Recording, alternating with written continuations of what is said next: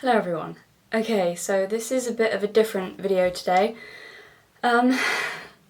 It's not exactly a ramble like my other videos, but neither is it a video in, I guess you could say, my persona. This is a mostly scripted video, but the reason I'm not doing this one in my usual persona, I guess, is because it would feel wrong doing that. This is, I guess, quite a personal video, and I don't think it would work doing it in a kind of slightly sarcastic character. Having said that, it is kind of a video with, I don't want to say an argument exactly, but like with a point rather than just a rambling video. And it, as I say, it is mostly scripted. I'm nervous, I'm really scared for this one.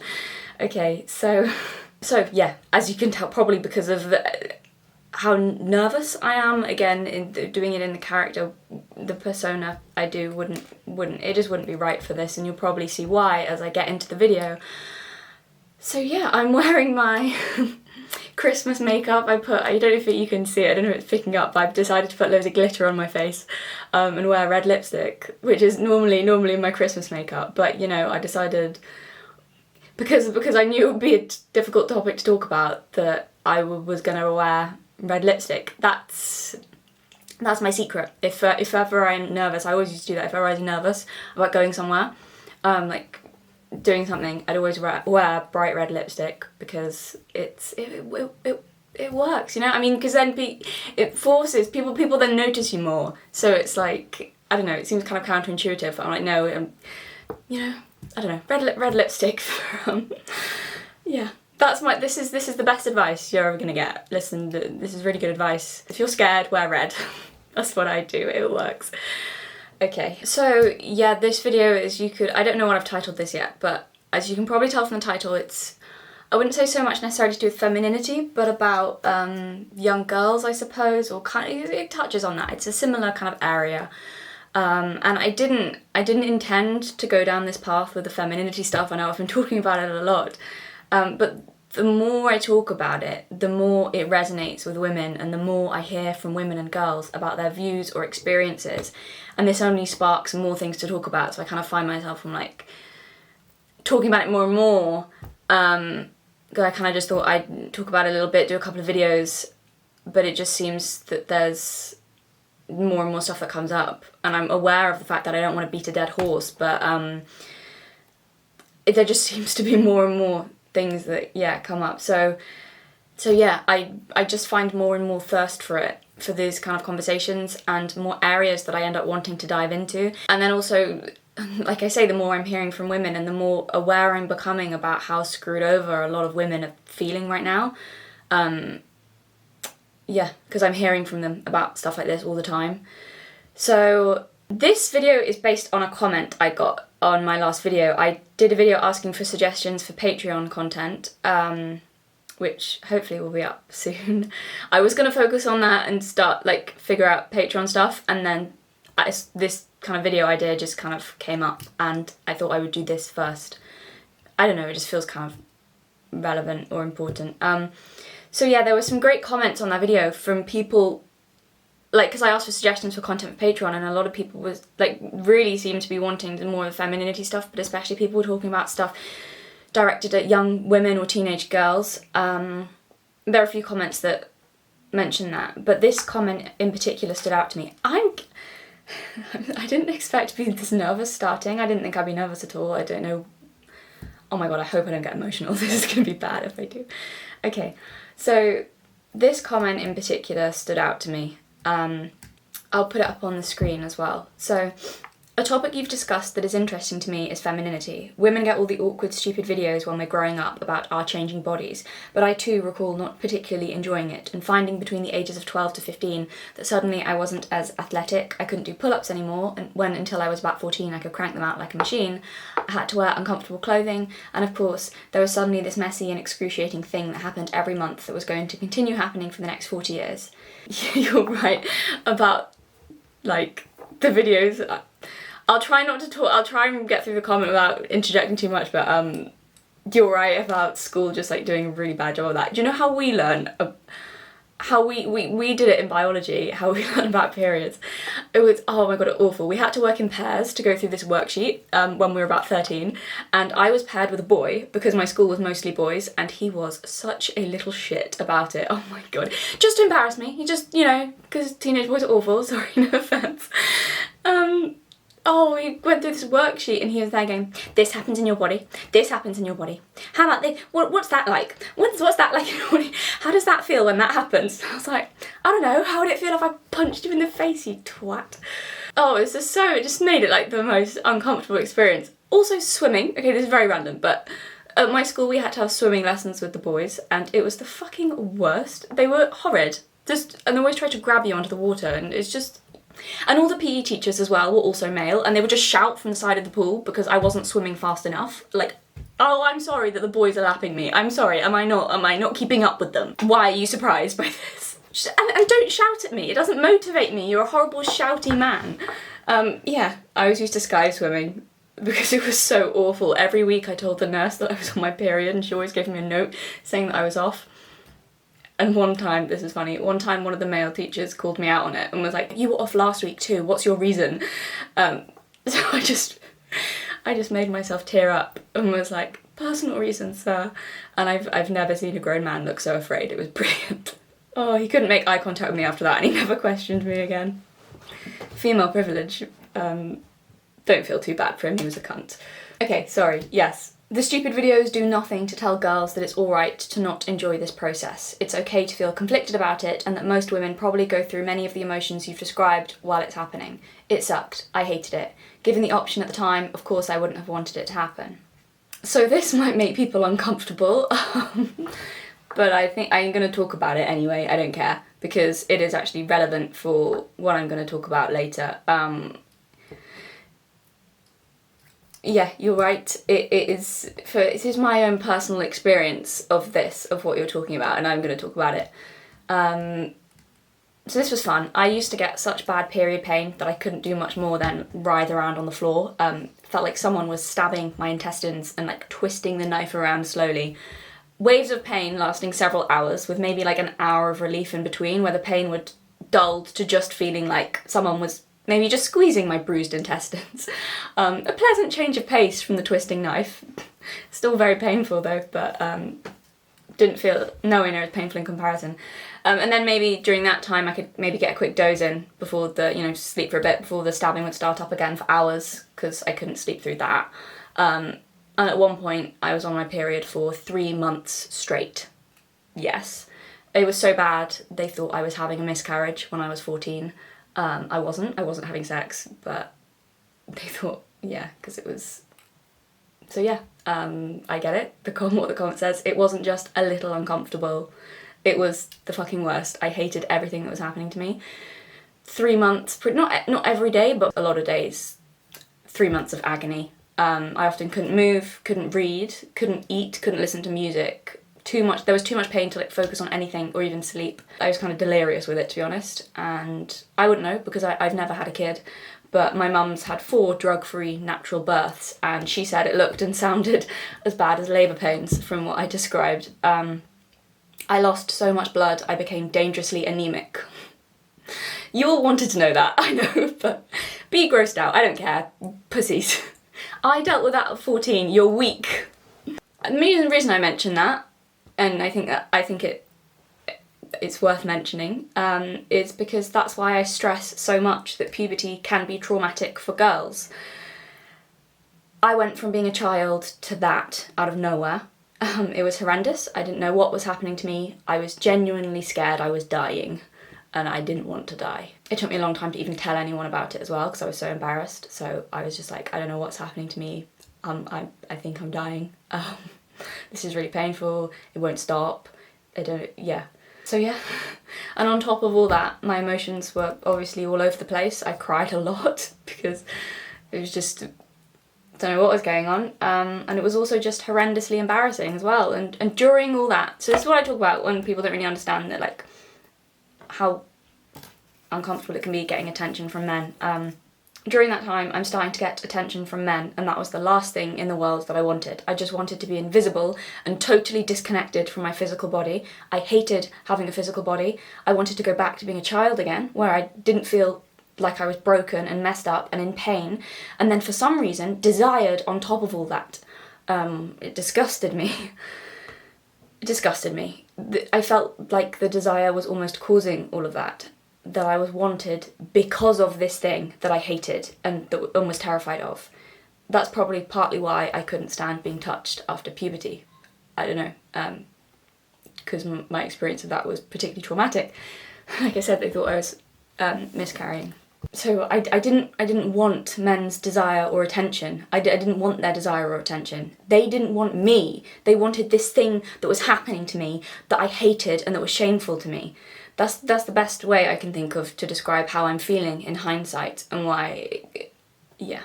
There was also probably some deep unconscious fear of childbirth actually as well, considering that was my induction into being a woman. And the disgust of sexuality was probably a defence mechanism against that, to be honest. It was just a total and sudden loss of innocence, and I didn't want to be a woman if that's what it meant. I didn't want it. I wanted to be a child forever. Things were simpler, I was happier, I felt like my mind wasn't going crazy. Suddenly emotions and hormones all over the place, just, yeah. So maybe that gives a bit more of an explanation on what I mean when I talk about the change from child to woman. It's not just suddenly getting a bit of attention and feeling slightly uncomfortable like some people interpret it as. No, like everything you are, physical, emotional and psychological, suddenly switches in a very painful way, and you're completely alone in it. It kind of felt like a death for me. I don't know. Dark and chaotic and painful, not sunshine, flirting and makeup. This is also why I get pissed off when people equate femininity with pink and rainbows and superficiality and cowardice. I mean, the pink and rainbows thing, sure, it can be part of it, but like, the superficiality and cowardice, like, fuck off, it's nothing like that. I think a lot of it, femininity, or being a woman, is getting up close and personal with life and death from a very young age. Bollocks, it's all weakness and softness. I don't need to fight someone to know what pain is. We don't have a choice in that. And yes, back to the comment, you're right, we're not told any of that. I felt adrift and rudderless. We just get the clinical biological explanation. What fucking use was that to me as a teenage girl? I didn't need to hear that. That meant nothing to me. I needed some kind of psychological or spiritual explanation about how to cope. I already knew that I bled once a month. Well, more in my case, but I knew that. Why are you telling me something I can very easily work out for myself? How useless are you? How about we talk about how it might be traumatic and confusing and awful, and that's okay, about how your emotions are going to change wildly throughout the month, and you probably won't be able to deal with it initially, how you're never going to be the same as you were before, but that you can come out the other side and actually grow to enjoy being female. I needed to hear that at 15. So yeah, sorry, back to the comment. The videos did nothing to tell girls that it's alright to not enjoy this process, it's okay to feel conflicted about it, and that most women probably go through many of the emotions you described while it's happening. It sucked, I hated it. Given the option at the time, I of course wouldn't have wanted it to happen. And at the end of it was a lot of male interest that was scary. Men don't know that it's scary to us. 99.99% of them mean absolutely no harm, but our culture is screwing both sexes over by not telling men how girls feel about this. According to movies and TV, we're supposed to be tough and liberated and ready to have sex with anyone, anytime, without emotion, and a lot of those men found porn early, which only distorts their expectations more. Agree. Western culture does a suck-ass job of preparing girls for this because we're constantly being told we're no different from men. No, we are different. Men will never go through a transformation like that. They will never understand what it's like. True. Old-fashioned chivalry used to make it a lot less painful for everyone, but thank God the feminists did away with that. Our right to be feminine has been stolen from us, and mass media has left men with no idea how women want to be treated. Yeah, true. If that's a subject that interests you, you could do a lot of good and spark a lot of interesting conversations by exploring it. Yeah, so thank you very much for that comment. It sparked a lot of ideas in me. And also your profile picture, okay, this is very hippie. Your profile picture is a crow, or is it a raven? I can't tell. But it's crow, and I've been seeing crows everywhere a lot recently, so I was like, it's an omen, so it's a sign, so there we go. Thank you for that comment. That was really, really good comment. So the comment also, it echoed a lot of stuff that's been playing on my mind a lot recently. It reminded me, okay, here we go. It reminded me of this experience I had as a teenager that I mentioned in one of my last videos. And the thing about men or boys not really knowing how to interact with us and having wildly distorted expectations about what we want, I resonated with. I think women also feel like they have to live up to all these cultural expectations, especially girls. So I don't think teenage girls are very good at saying no or setting boundaries. I think they find it really difficult. I know I did. I say that, I'm kind of a weird contradiction. I've never... I want to make this distinction. So in one way, I found it really difficult to set boundaries, and in another way, I was like so good at it. But it depends on like, okay, I've always been like really painfully shy and quiet. But weirdly, I've never found it difficult to stand up to outward aggression. Like, I can't be bullied. Since I was a kid, I've never had any issues standing my ground to someone who's obviously being antagonistic. It doesn't bother me, really. Like, I won't give in, you're not winning. If you come at me like that. Like, so when I was little at school, there was this kid, he was awful. Everyone was scared of him. All the girls in particular were scared of him because he was really violent. I think I was the only person who wasn't scared of, no, that's not true. I was scared of him, but I would have put up with anything before I let him know that I was scared of him. I had far too much pride. It was like my pride. I'm like, I don't care. And he used to try and get me to give in, like, I guess like a lot of the other girls did. Like, they were scared. So he used to wear these, he'd stomp into school with these like these big combat boots, and he used to kick me in the shins all the time. Just because. But I'd go, because he tried to make me flinch, like, with anything. So he'd kick me in the shins, and I'd be like, I didn't physically fight back, but I'd just be like, didn't hurt. And it did. I was trying not to make my eyes like watering. I was like, in so much pain. I was like, didn't hurt. And he'd go, right, I'll do it again. I went, yeah, do it again. So he'd kick me again. I went, didn't feel it. And I was in so much pain, but I was like, no, I will have bruises rather than let him know that I'm scared of him. And I remember once he was standing next to my desk and I was rolling my eyes, and he goes, roll your eyes at me one more time and I'll smash your head into the desk. I did think he'd do it because he was really violent. I was like, I'm gonna have to. So I rolled my eyes and like braced myself. He didn't know. He like went like that, but I think he knew that he'd be in a lot of trouble if he that was probably too far for him. But okay, here's the thing. I say that because I wouldn't even say necessarily that I was brave necessarily, but it was that it would have been I would have been worse letting him know that I was scared of him. That like disgusted me. The thought of letting someone like that know that they had power over me, or that I was afraid of them, even though I was. I'm like, I'm never gonna let him know this. Like, oh, that thought has always disgusted me from being the littlest kid. Like, I'd have felt like a worm or something. Like, the thought of it sickened me. Like, I was like, I'm not making myself beneath someone like that. I'd never give them the satisfaction. I'll like, maybe pride is my sin.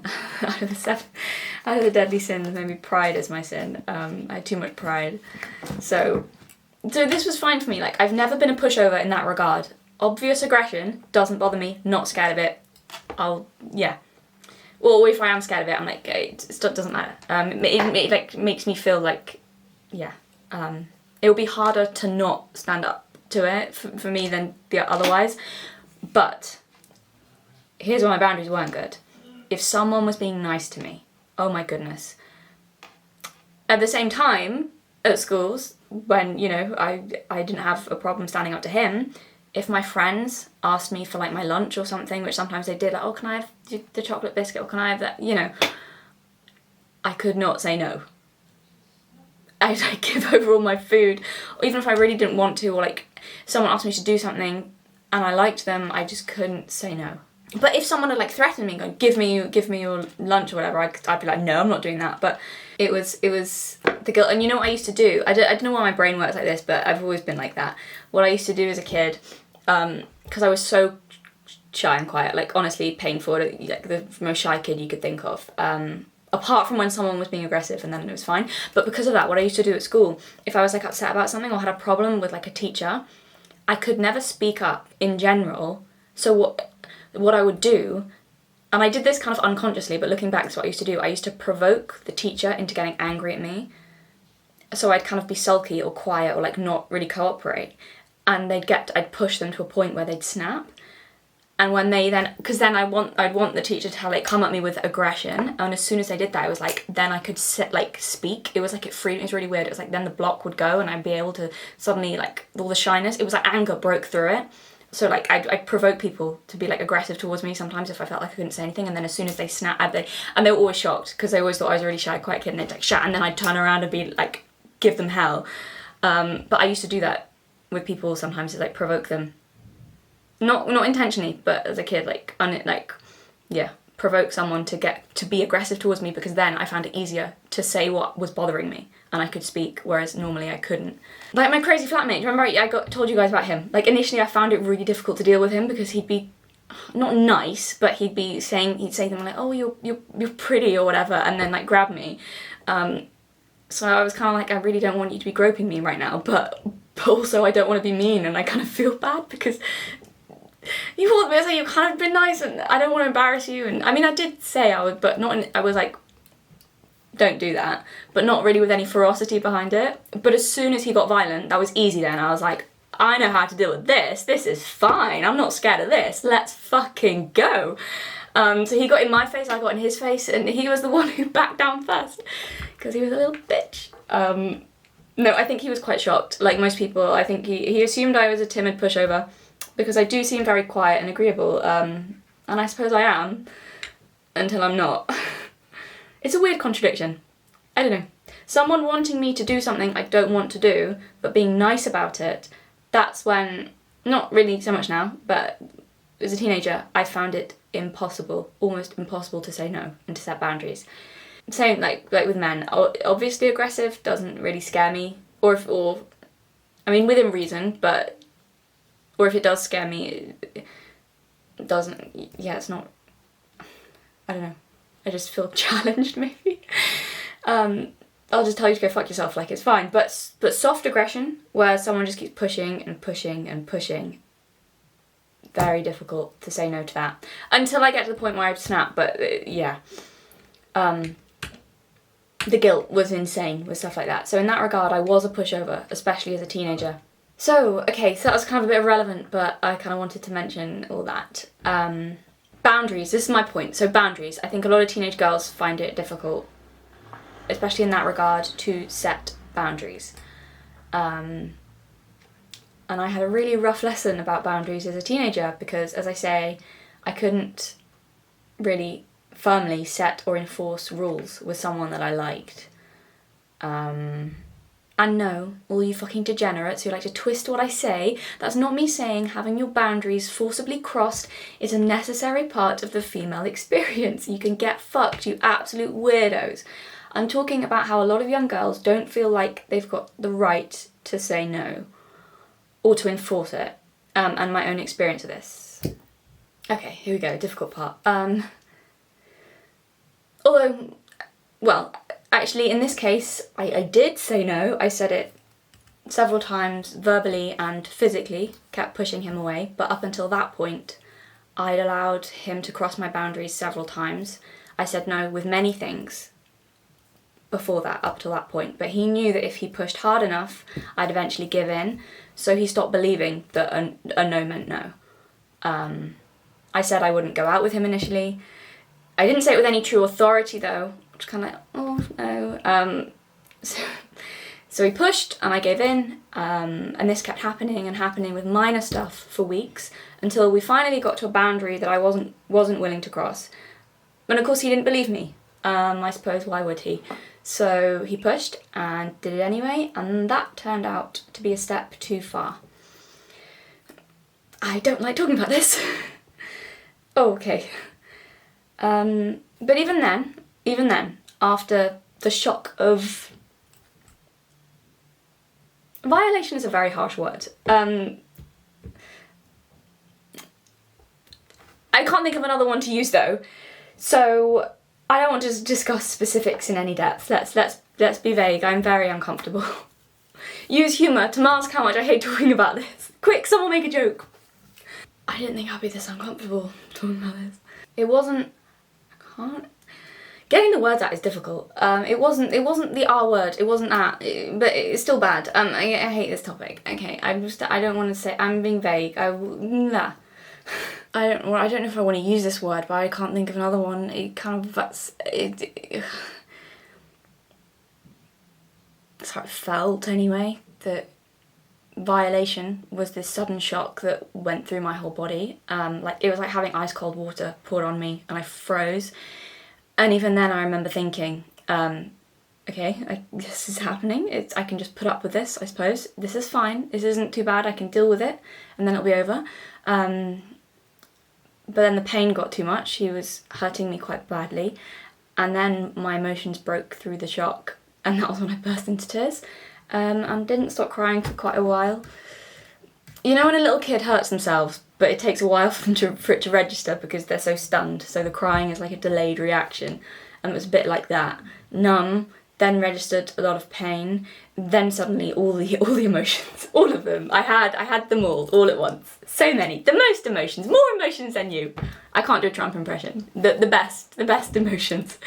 Yeah, okay, no, I don't think it happened for a very long time at all. I think it must have all gone through my mind quite quickly, but it felt like quite a while. I don't know, I can't tell. Remember as well that prior to this, I already had issues with being touched.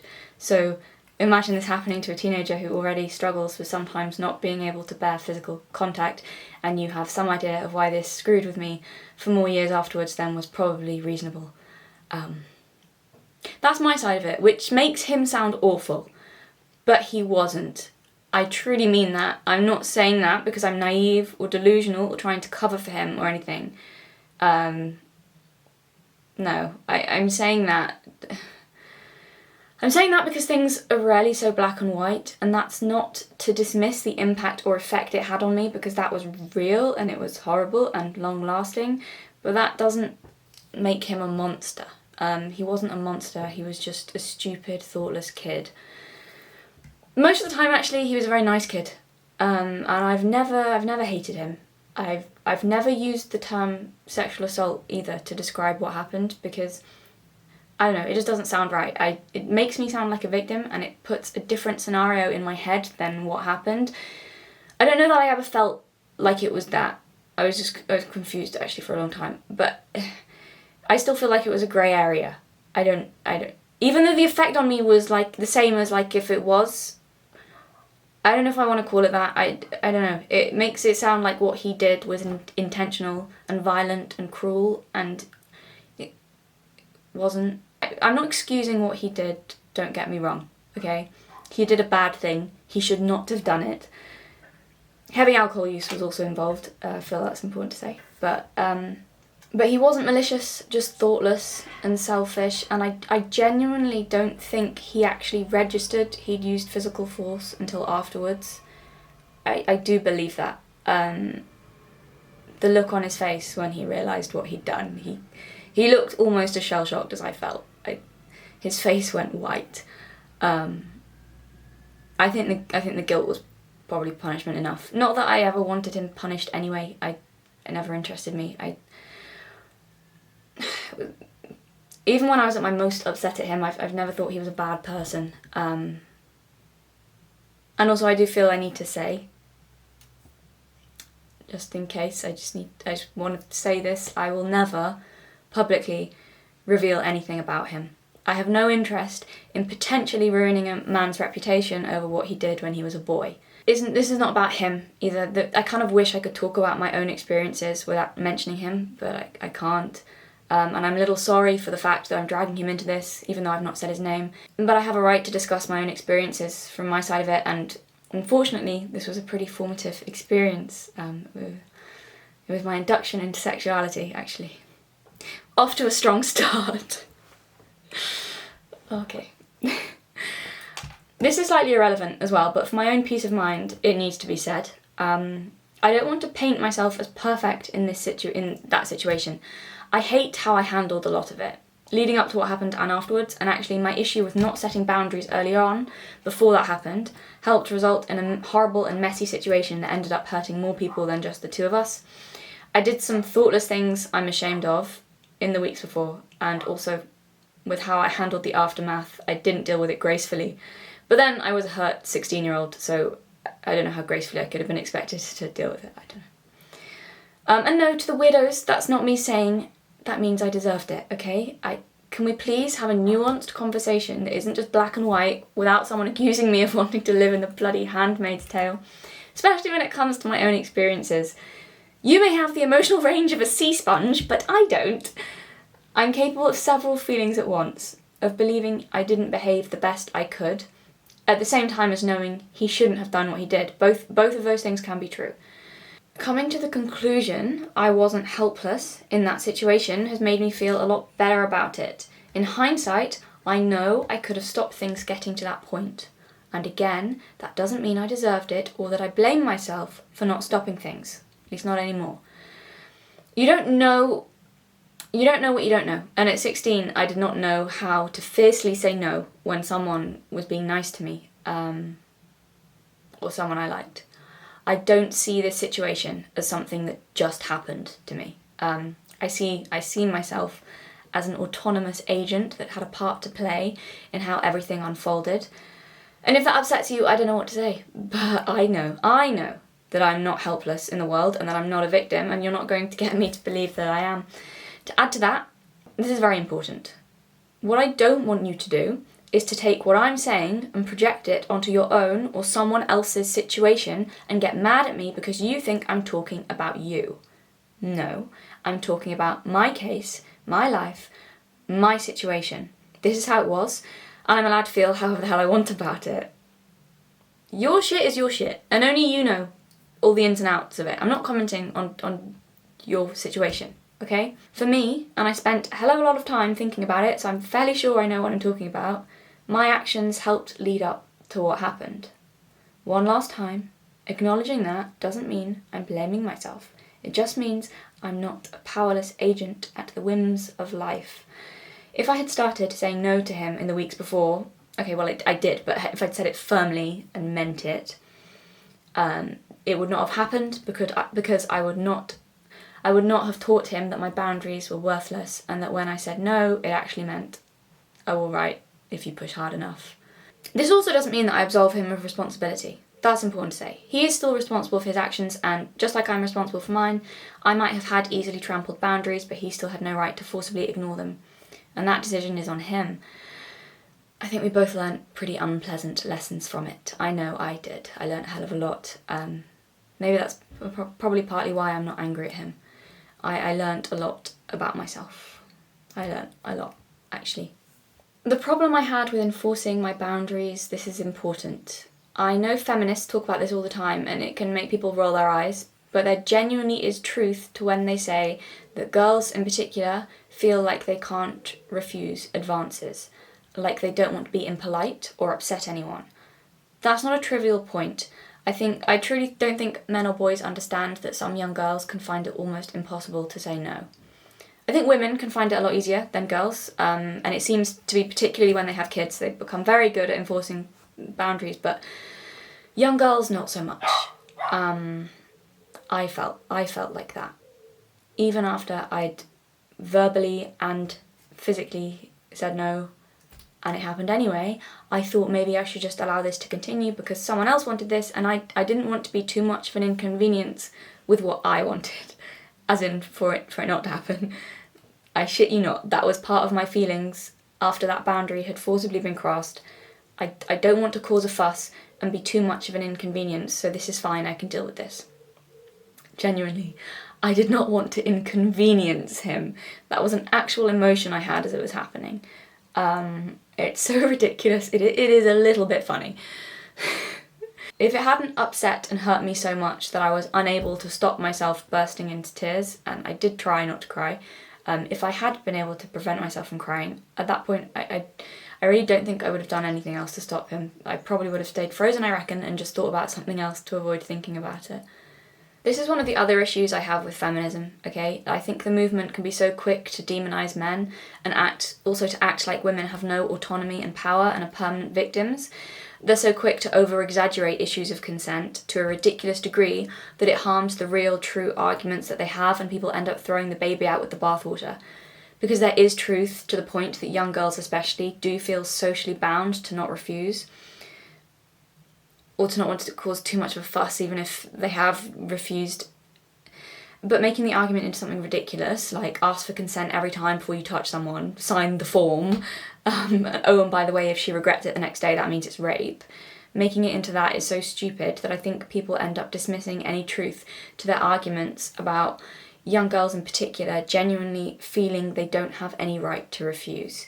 That was how I felt. Even though I'd already refused and pushed him away several times. Even after that, it still felt like I'm inconvenient if I stop this. I have no right really to deny him anyway. And at this point, it's happening anyway. Why would I make things difficult by making a big deal out of this? That's just embarrassing if I do that. I honestly did not feel I had the right to stop it. I really didn't. And it's, as I say, if I hadn't started crying, I wouldn't have done. I really wouldn't have done. After initially, which he did. That was when he, I think, realised what he'd done when I started crying, and freaked out. Really freaked out. I think it scared him a lot. So I think probably, I don't know, and I'm no expert, but I think probably that there's two elements to this. I do think there's a social element of not wanting to be an inconvenience or be impolite, or there is truth to that feminist argument, I think. Sorry, I don't know if you can hear the dogs. But I also think there's probably something biological and instinctive. Like, I don't know, we're smaller. Kind of makes sense if an instinctive response is sometimes to try and appease so you don't get hurt, or just freeze. After that happened, the freeze became my response with men. Classic move, the freeze. That's not funny, Galatea. No, it was like a don't see me, don't see me. Very illogical reaction. He's already there, he's already got you, he's right there. What do you mean, don't see me? Dickhead response. Yeah, I mean, it was an involuntary response to panic though, so despite the jokes, not very funny really. I didn't always freeze. I tried to work out, and I think I did. I was thinking about this. Someone asked me this in a comment because I'd mentioned the freezing response, and it was a guy actually saying, from a guy's perspective.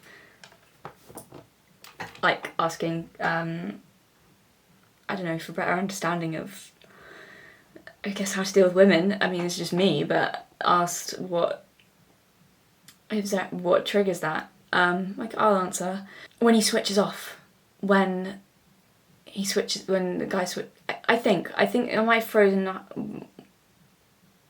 Not just, like, without that happening, but I was thinking about this, and I think most of the time it seemed to be when, because that's what happened when it happened, when he switches off, when it's like, I don't exist to him anymore. I can feel it as soon as it happens. I don't exist anymore. I could be anyone or anything. I could be a ragdoll. Like, that's like, oh, danger. Freeze. I don't know if it is that, because I was thinking about that and I was trying to remember. I don't think it's just that. I don't know. Anyway, it's weird. You'd think that in this age of, hashtag girl power and empowerment, that girls would find it easier to set boundaries, but I don't think that's true. As the comment implied, I think it's led to a lot of girls actually feeling like they don't have a right to set boundaries because they're supposed to just be up for anything with anyone.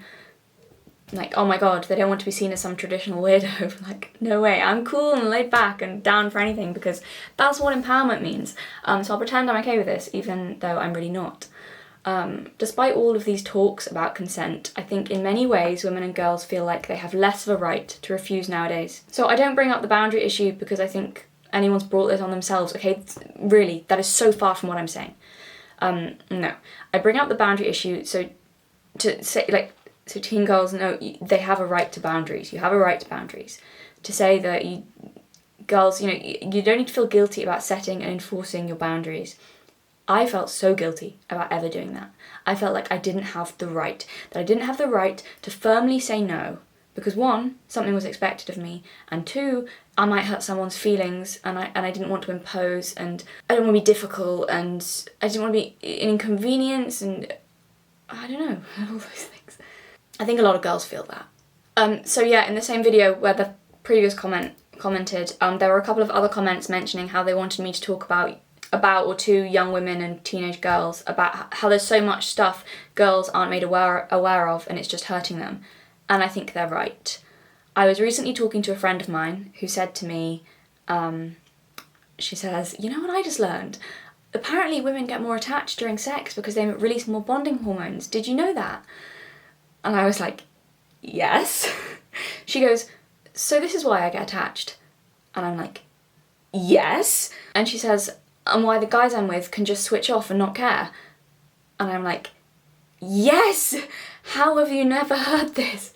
I would have told you this if I thought you didn't know. I was quite shocked by that. She's in her mid-20s. She had no idea about that. In all the years of sex ed and dating, she had never come across this information. And then she said, which broke my heart a little bit, she said, I feel like I've been failed by the education system and society. I feel like someone should have told me this. And that made me so angry. Not at her, but for her. Everyone's so concerned with telling girls they're liberated to say yes to anything with no guilt that no one seems to be bothering to tell them that they can say no. Sure, there's the stupid consent narrative right now going on. But if the current cultural climate is championing anything goes as meaning you're truly liberated, then the social pressure to do that is huge. If the culture is telling you should always be feeling liberated, then yes, academically, theoretically, you might believe in consent, but likely you'll use that consent to always say yes because that's what you feel you should do. And they're not been taught any useful information, I don't think. As the comment said, girls, they're not been taught that they may feel disgusted or ashamed or awful in themselves when they go through puberty, and that this is fairly normal. If all the cultural messaging is that everyone feels so liberated and awesome in themselves and their sexuality, and if you don't feel that, then you may end up thinking there's something fundamentally broken in you. I felt like that so strongly and thought it was just me. It's empowering to say yes to everything seems to be the dominant cultural message. You're not liberated if you want boundaries. I genuinely used to believe there was something really wrong with me because I couldn't view sexuality as meaningless. I have this really clear memory.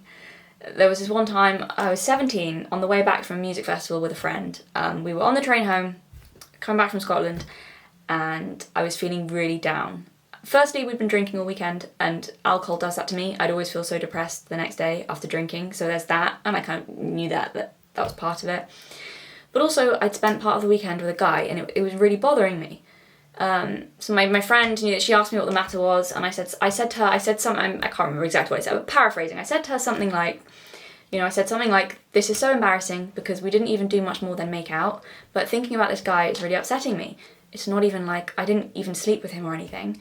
And I know that I don't even really like him. I know this, but my brain is telling me that I do, and it's really annoying. I know I'll be fine in a day or two and I'll forget about him, but for the moment I don't feel like that, and it's really depressing me. I don't know what's wrong with me, but I just seem incapable of separating the physical from the emotional. This is so embarrassing and a serious problem. I said something like that.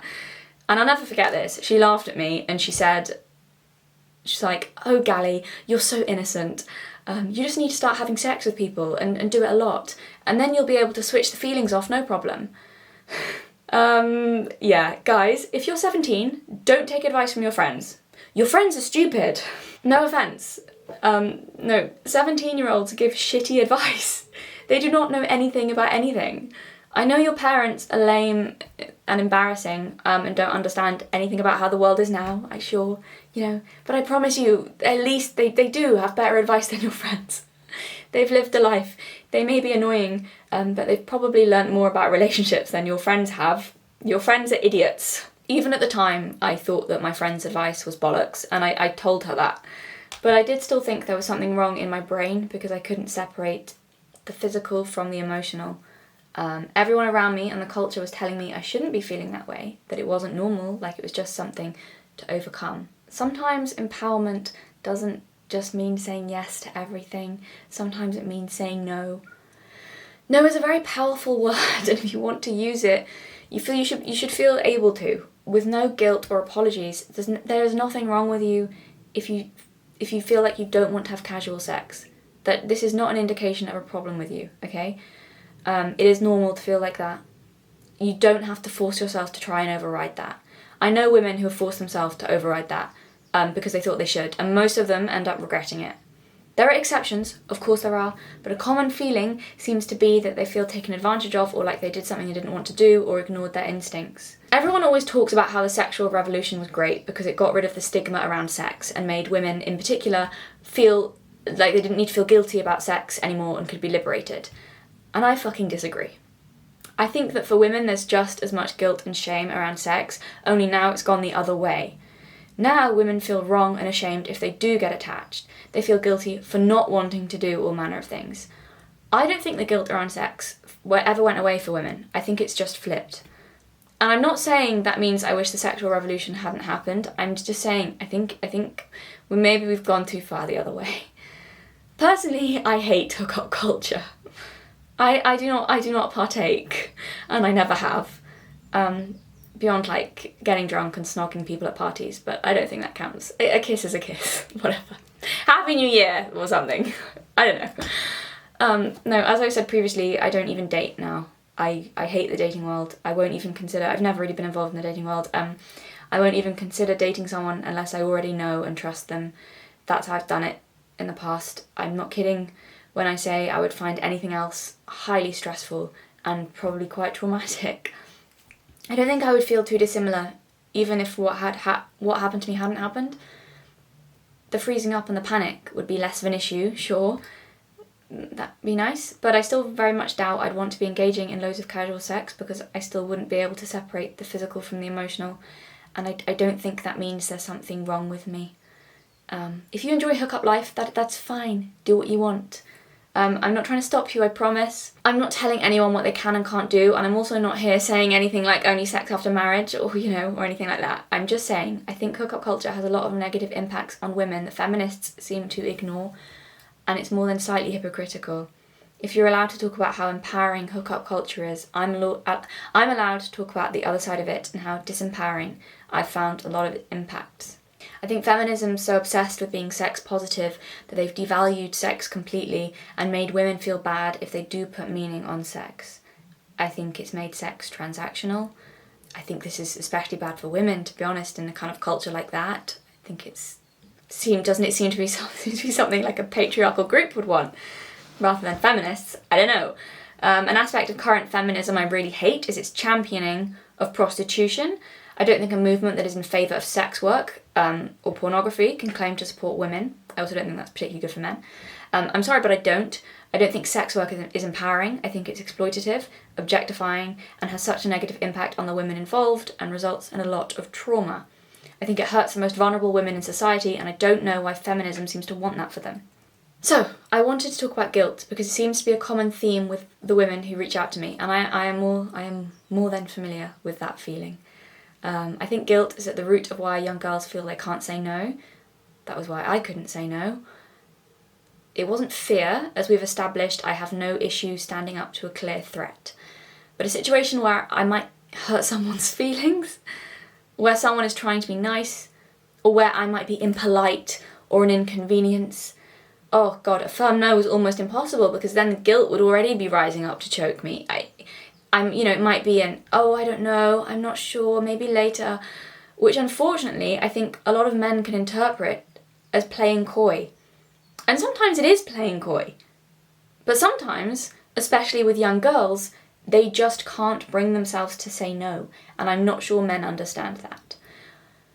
What makes me so angry, and you see this on certain parts of the internet, men who go on about young girls, could be anywhere from 15 to 19, young girls, go on about them being at peak fertility and the most desirable. I've met men like that who see a pretty face and boobs and just think, woman. She's not a woman, she's a child, and you're disgusting. You see that though with guys who will look at young girls and think because she looks like a woman she must be one, and assume she's acting like a woman. Assume that she's flirting and playing coy when actually she's just a kid freaked out and trying not to antagonise you. I hate that. I've come across that. Men who project this image of a worldly, knowing woman onto a child and think that because she's pretty and is wearing makeup and has breasts, she must know exactly what she's doing. She doesn't know what she's doing. She has no fucking clue. She might even be flattered. Possibly, yeah, she might even be flattered by the attention. But she doesn't know what that means in reality. And you're the adult. You should bloody know better, even if she doesn't. Sorry, that was a rant, but I really hate that festering corner of the internet, and men like that are the worst. I came across it as a teenager. They think you're enjoying the attention. It's like, sir, I'm not being a tease. I'm 15. Teenage girls giggle when they're uncomfortable. You swamp creatures.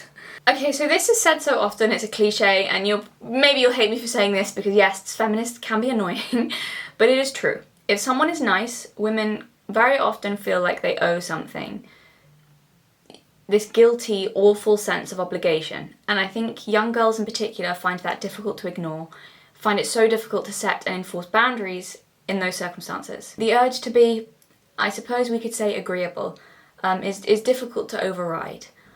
I had that massively, which is weird because again, I've never had problems being very disagreeable when someone is a cunt. Maybe it is still from fear, I don't know. Maybe it's still an attempt not to provoke someone, but if they're already aggressive, my instincts think, fuck it. I don't know. That could explain the contradiction. I have no clue. Maybe it's still just down to my pride. That would make sense. It doesn't harm my pride being nice to someone who's being nice, but... Sorry. Anyway, we were talking about guilt. The guilt. I think a lot of women feel guilty. Guilt about even setting boundaries in the first place, like you don't feel you have the right to. And then if those boundaries are crossed, like, okay, if I set boundaries, I'd feel kind of guilty about the fact that I had set boundaries, so I would be weak in setting them. That's like what happened back then. I'll be like, no, I'm not really interested. Oh no, I don't really want to do that. But because I felt guilty about like saying that in the first place, I was like, oh, I don't want to be too mean. It's like, so guilt about setting boundaries in the first place. So not enforcing them, or feeling like not wanting to enforce them because if the boundaries are crossed, you're like, oh, I kind of felt bad. I set boundary in the first place anyway, so I guess it's fine. Guilt about that, guilt because you don't feel they have the right to, and then if those boundaries are crossed, guilt also because the boundaries are crossed, or guilt for not having boundaries in the first place, even guilt when someone finds you attractive, guilt for going through puberty. I've been hearing from so many women recently, and a main theme that comes up again and again is guilt, the guilt. So much guilt. Why are we feeling guilty? What is this about? What's going on? No matter what we've done or how we've acted, there seems to be guilt in there somewhere. I had a lot of guilt for so many years about what happened. So much of it. It is true, it's true about that. The guilt is real and lasts for a long time. I had guilt because I thought if I'd made a bigger deal out of it, if I'd said no more firmly rather than half-heartedly, if I'd not kind of just struggled so pathetically, if I'd put a bit more oomph into pushing him away, if I'd pushed him harder or shouted and made him pay attention, then it wouldn't have happened, so I can only blame myself. It wasn't his fault. Oh, I really felt like that for a long time, that it wasn't his fault at all. How could he have known? Because I didn't make it clear enough. It wasn't obvious to him that I should have really fought back properly because it wasn't enough. And how was he supposed to know that he was crossing a line if I had that guilt for a while. I also had guilt because of how bad he felt about it. And it was my fault he felt bad because I'd made him feel bad by my reaction, by being so upset. It was just guilt about like everything you could possibly think of. It was horrid. And then, so this made it worse. Then I didn't end things with him, which it made the guilt so much worse and just confused me even more. I did end it, and then I didn't, and then I did again.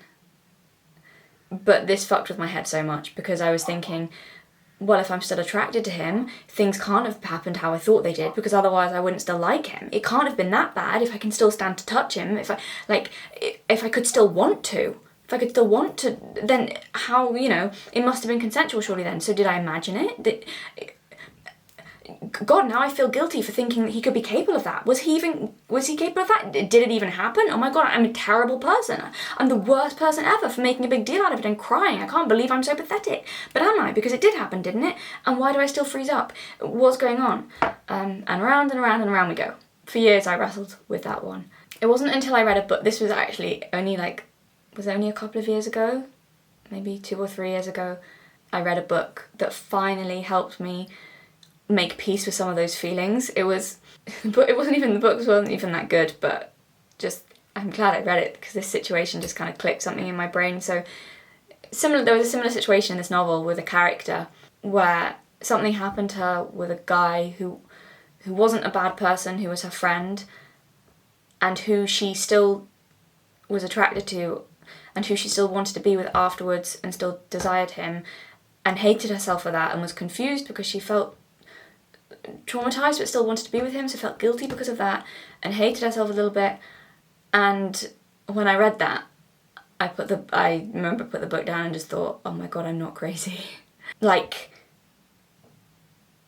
still being attracted to someone afterwards didn't cancel out what had happened, because I think that was kind of what I thought had happened. Well, it must cancel it out then. Like, that can't have, do you see what I mean?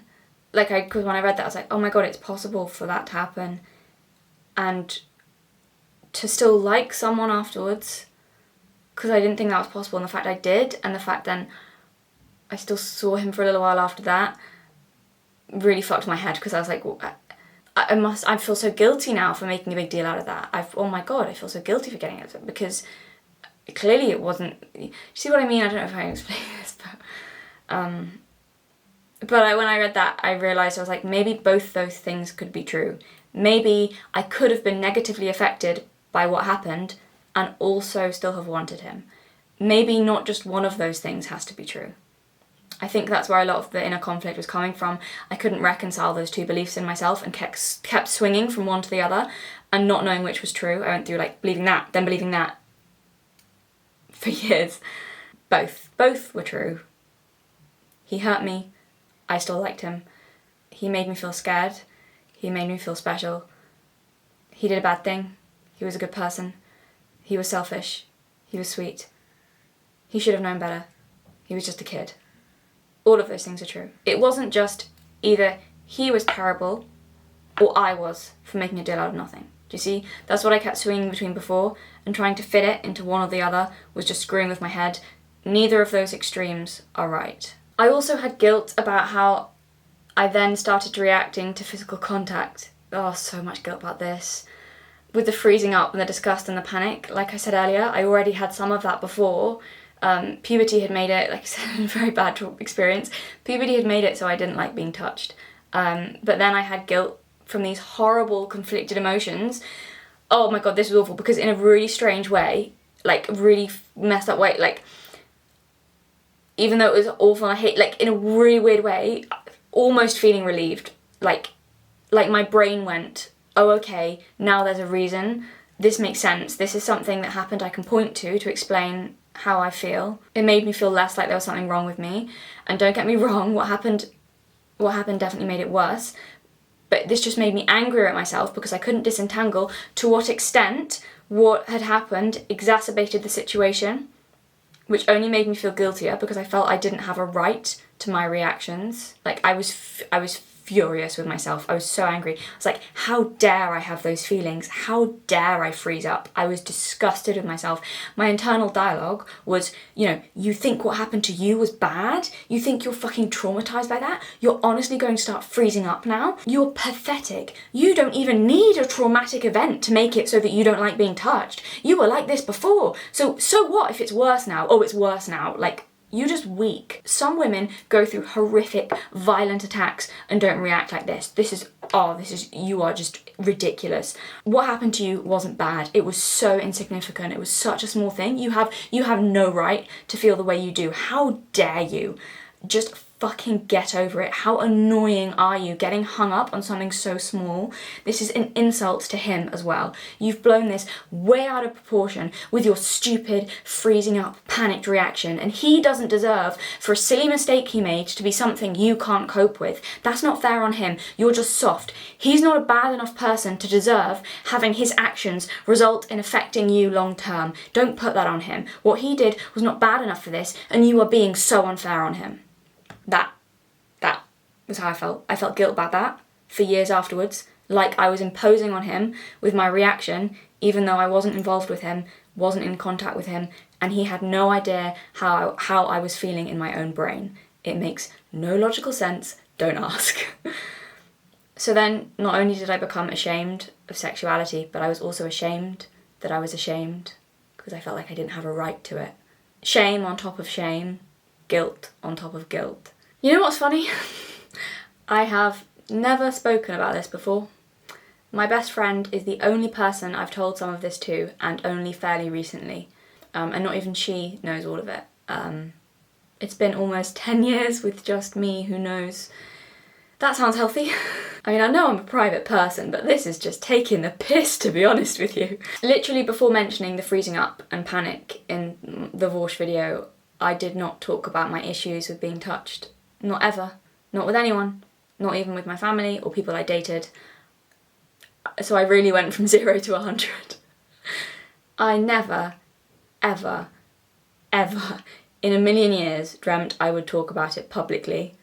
I had no intention to. I always hated the thought of talking about it. But then it just worked its way into the video and I said it. Not even my sisters knew any of it. Though I think one of my sisters suspected because of how weird I was about physical contact for a long time. She was trying to annoy me with that, like jump on me. To wind me up, because she knew I hated it. I think a couple of times over the years, you know, I might have gotten drunk and ended up spilling part of it to someone, but not everything. Plus I kind of don't count that as a conscious, rational decision to talk about it. So, why have I decided to say all of this now after 9 years of keeping everything to myself? Mainly because of how so many women related to what I said about it in the other video. And how this got me thinking about a lot of the problems no one seems to be talking about because they're all so concerned with everyone being sexually liberated. It's not too abnormal to not feel comfortable and happy in your body as a teenage girl. As I say, my experience of starting my period, mine was a pretty extreme case, but my experience resulted in hating having a physical body. And hearing from other women, it's not just me who felt that. I think the culture is letting girls down in so many ways right now. Men too, but I said I'm not covering that because that's not my thing. Okay, I think the culture is letting girls down in so many ways right now, and I do honestly think that despite all the talk and narrative about consent and all that, I really think that many of them feel even less like they can set boundaries around their own bodies. All the consent videos in the world don't mean jack shit if everything in the culture is telling you that total sexual liberation is what's expected of you and that it should make you feel happy, and if it doesn't, there's something wrong with you. This devaluing of sexuality is not good, especially for girls. It is a lie to say it is a meaningless physical function. Sexuality does mean something, and you're playing with fire if you're pushing the cultural narrative that it means nothing. No, it means something, and I think you should be careful with that, because young girls are going to get hurt if you lie to them about it. Sexuality is powerful, and it can be dangerous, and it can hurt you. I found that. So no, it's not just like hugging someone or shaking their hand. If sexuality was a meaningless physical function, I wouldn't have had years of panic and disgust and freezing up. I don't think that would have happened if someone had just shaken my hand, to be honest with you. Bad analogy. Okay, if I'd had an equal amount of physical pain, but not sexuality related, there we go, better comparison. Yeah, I'd have been over it the next day. Pain means nothing to me. No, okay, and this doesn't mean I'm saying people need to be puritanical about sex again. I'm not arguing for that. I think that was bad as well. All I'm saying is that tearing down all your boundaries doesn't necessarily equal empowerment, especially if you're an unsure teenage girl. It might not feel as liberating as you've been told it will. If it does, good for you.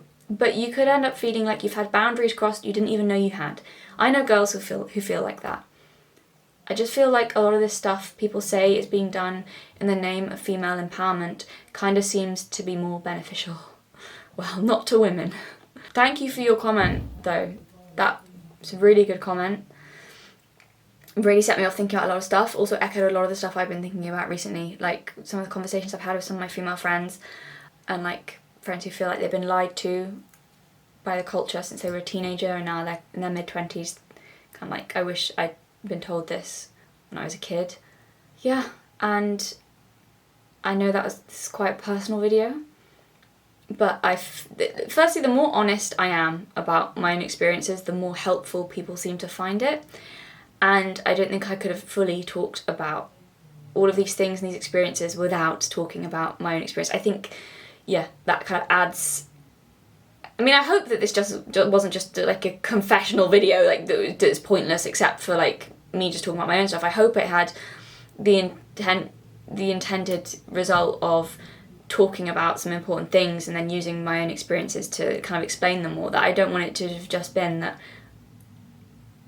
the video means nothing beyond just me talking about my own experiences. I hope it explains some things perhaps better. Who knows, maybe I made this video because I finally just wanted to say everything I've had locked away for 9 years. I don't know. Maybe that's part of it. I don't want to say I hope you enjoyed the video. I don't know, maybe I feel like it's that kind of video. Maybe. I hope you found some value in it, or sparked some ideas, or, you know, whether you agree or not. I don't know. I hope it said some interesting things. Anyway. Thank you very much for watching, everyone, and look after yourselves.